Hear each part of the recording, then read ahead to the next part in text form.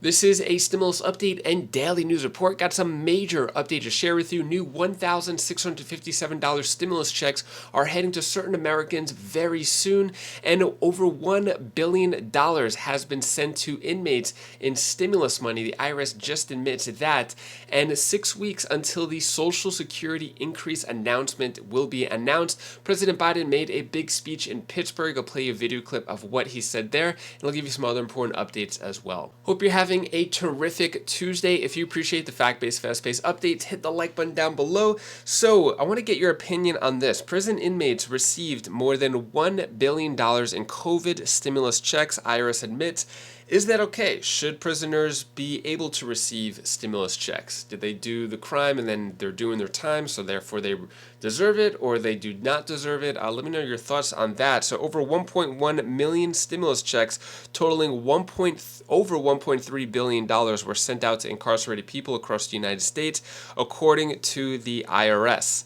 And $1.3 billion figure includes economic impact payments and does not account for recovery rebate credits, another form of COVID stimulus during the pandemic, according to a letter the IRS sent to Republican Don Bacon. So yeah, some 163,000 recipients were serving life sentences. Should people on life sentences, incarcerated people on life sentences, be able to receive these stimulus checks? So this news is coming out. What the Republican representative said here is, it's outrageous that those who inflicted pain on a family or community by committing a crime received a single dime from the government during the pandemic. If anything, the funds should have gone to the victims who would have been better served. Let me know. Do you agree with that? Should the victims receive that stimulus check? Should the prisoners receive the stimulus check? Let me know your thoughts on that.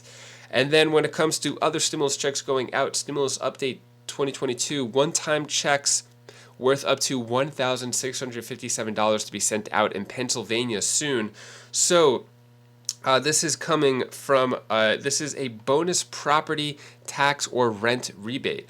Governor Tom Wolf announced the additional rebate, saying that he was proud of the initiative, which will provide recipients with one-time payment of 70% of the value of their 2021 rebate, or a maximum amount of $1,657. So what he said here is, I am proud that bonus rebates are starting to roll out to Pennsylvanians in need this week.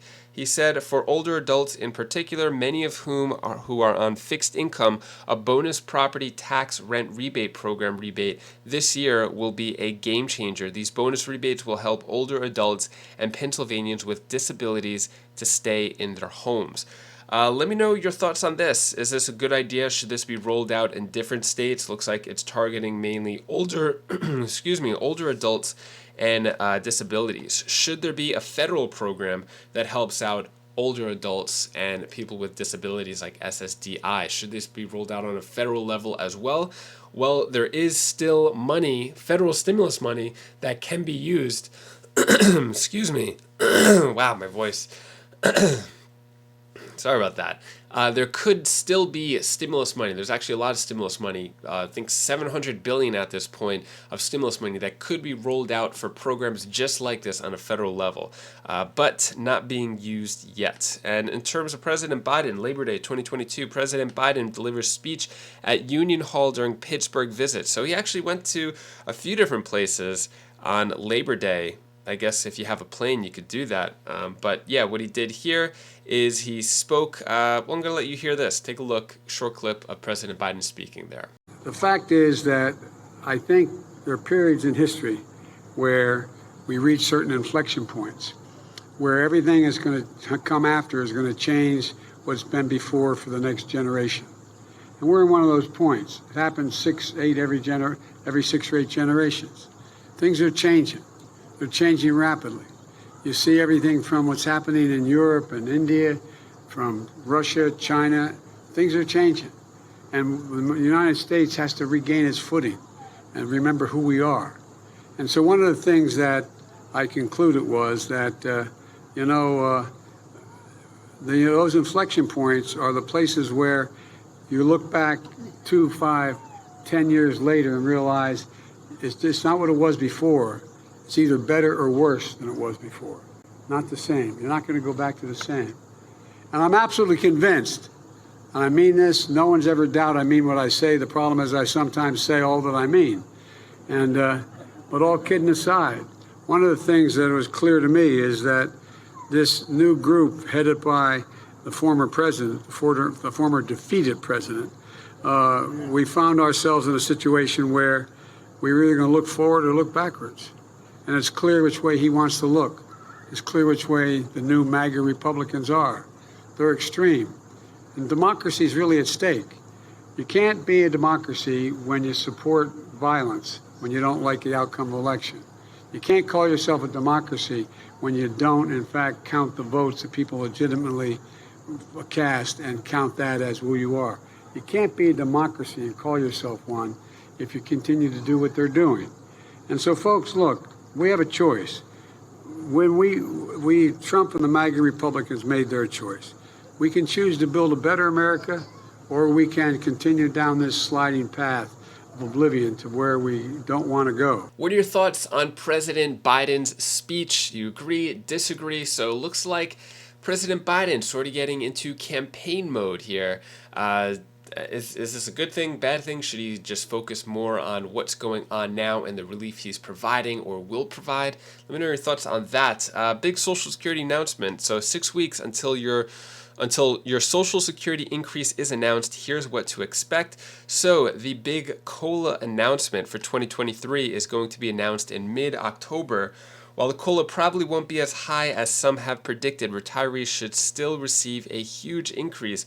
Retirees should also have other good news coming soon after the COLA announcement. So basically, we've heard a lot of different numbers. 5.9% maybe at the time for 2022 seemed pretty high last year in October, but now with inflation at over 8%, not looking too high. But what we're hearing now is some predict that it could be as high as 11%, because inflation, a lot of experts are saying that it is not going to, it may go down, but the time it takes to go down could be up until next year, through next year. So 11% seems to be the number. Some are saying 10.8%. On the lower side, some predict 7.3%. But let me know if you're on Social Security, is 11% high enough for you? Should it be higher? And what about those $200 per month checks that were promised, or $200 per month increase that was promised by President Biden? If President Biden is going to have the student loan forgiveness, should he go on his other campaign promise, which is the increase of $200 per month or $2,400 per year for all Social Security recipients? Should he follow through with that before the midterm elections? Will that sway your vote as well? Yeah, we haven't heard any news on that, on the $200 increase. I mean, we've heard about it, but not it being implemented. Not as close as the student loan forgiveness via executive order. But anyways, that is all the news that I have for you today to hopefully cheer you up a bit. Here's my daughter Bella's tip of the day. Hi guys, this is Bella's tip of the day. I want to say that never let bad vibes take over you. You have to let the good vibes just let you free. You have to always be good and always be humble and always be great to everybody. And I love making these tip of the days for you guys, because you guys are my friends. Bye! I want to do a tip of the day. Hi guys. Hi. This is my tip of the day. I want to say, don't go in the road. If you cross, you'll get smushed. And have a great day. Bye. Thank you so much for watching. Appreciate all of your time and support. Feels good to be home again, back in the groove, and giving you these updates. Hopefully you have a great rest of your day. Today is actually Bella's first day of school, so we are preparing for that. So we actually homeschool, so starting off with the homeschooling today. But anyways, if you want to check out any of my other videos, my other channels, you could click right up here, and I'll see you in the next video. Take care, be safe. Thank you for watching.